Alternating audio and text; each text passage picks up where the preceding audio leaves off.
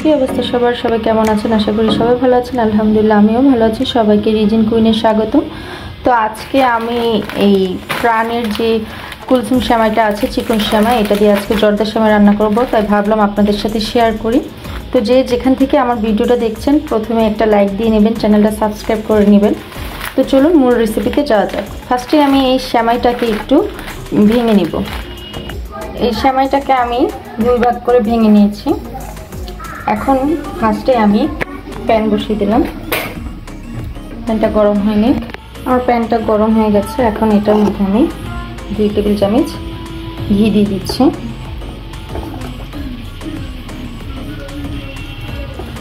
বেশি দিচ্ছি, 2 চামচের একটু দিয়েছি। এই ঘিয়ের মধ্যে দিয়ে দিচ্ছি, দিলাম 3-4টা এলাচ, একটা দারচিনি ভেঙে দিয়েছি, আর একটা তেজপাতা ছিঁড়ে দিয়ে দিয়েছি। তারপর এটাকে একটু গলে যাওয়ার পর্যন্ত ওয়েট করি। তারপর আমার ঘিটা গরম হয়ে গেছে, চুলাটা একদমই লো আছে থাকবে। তারপর এখানে যে আমি সেমাইটা রেখেছি সেই সেমাইটা এখানে দিয়ে দিচ্ছি।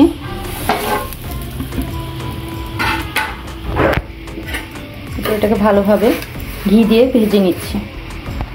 তারপর এভাবে একটু ঘি দিয়ে ভেজে নিচ্ছি,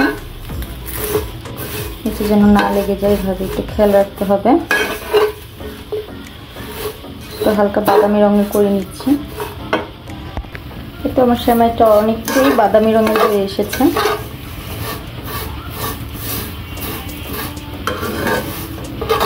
উল্টে দিচ্ছি।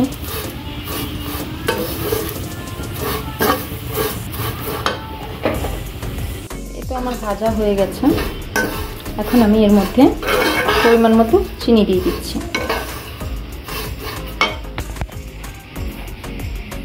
আমি এখানে চিনি দিয়ে দিচ্ছি পরিমাণ মতো, যে যেরকম চিনি খান ওইরকম দিবেন। একটু মিষ্টি বেশি খাই মোটামুটি মশলা দিলে, আমার কাছে মিষ্টিটা না হলে ভালো লাগে না। এখানে আমি 5.5-6 চামচের মতো চিনি দিয়েছি। তারপর এটাকে ভালোভাবে মিক্স করে নেব। চিনিটা ভালোভাবে মিক্স হয়ে গেছে। এখন এটাকে 2-3 মিনিটের জন্য একটু রেখে দিব, তাহলে চিনিটা পানি ছেড়ে দিবে। এখানে আমি একটু সামান্য লবণ ছিটিয়ে দিলাম, কারণ মিষ্টি জিনিসে লবণটা দিলে মিষ্টিটা ভালো বোঝা যায়। লবণ দিয়ে আবার একটু ভালোভাবে মিক্স করে নিলাম। তো আমার সেমাইয়ের অবস্থা। তারপরে এখানে আমি কিছু নারিকেল কুচি দিয়ে দিলাম। এটা আস্তে আস্তে ডিপে ছিল, এই জন্য বরফ হয়ে আছে, এটা আস্তে আস্তে গলে যাবে। তো এটাকে ভালোভাবে নেড়ে চেড়ে দিচ্ছি, যেন এটা গরমে গরমে এটাও গলে যায়। এখন আমি এটার মধ্যে দিয়ে দিব একটু পাউডার মিল্ক।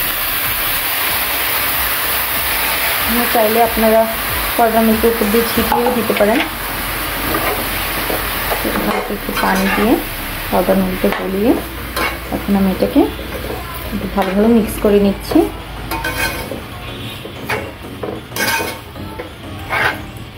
ভালোভাবে মিক্স করা হয়ে গেলে এটাকে আমি 5 থেকে 7 মিনিটের জন্য রেস্টে রেখে দিব, ঢেকে রেখে দিব। একদম এটা নাড়াচাড়া করা যাবে না, চুলার আঁচটা একদমই লো আছে থাকবে। পর্যায়ে দেখছি ঢাকনাটা উঠিয়ে আমার সেমাইটা দেখতেই পাচ্ছেন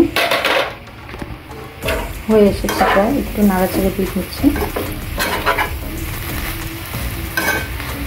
একটু নাড়াচাড়া করে নিচ্ছি। আমার সেমাইটা একদমই রেডি হয়ে গেছে। নারকেলটা একটু ভালোভাবে মিক্স করে নিচ্ছি 4 সেকেন্ড, যেন সবগুলো সেমাইতে লেগে যায়।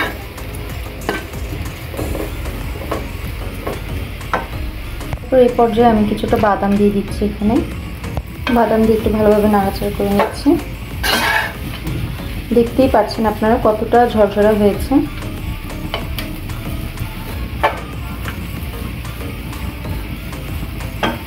এখন এখানে আমি একটু 1 চামচের মতো ঘি দিয়ে দিলাম। আবার ঘিটা দিয়ে একটু ভালোভাবে মিক্স করে নিচ্ছি, তাহলে শেষে একটা ঘিয়ের একটা যে স্মেলটা আসে সেটা আপনারা পাবেন। তারপর এটা ভালোভাবে মিক্স করে নিচ্ছি। আমার সেমাইটা হয়ে গেছে, এখন আমি এটাকে নামিয়ে ফেলছি। এই তো আমার সেমাইটা হয়ে গেছে। একটু সৌন্দর্য বাড়ানোর জন্য এটার উপরে কিছু, আমার সেমাইটা দেখতেই পাচ্ছেন কতটা ঝরঝরে হয়েছে।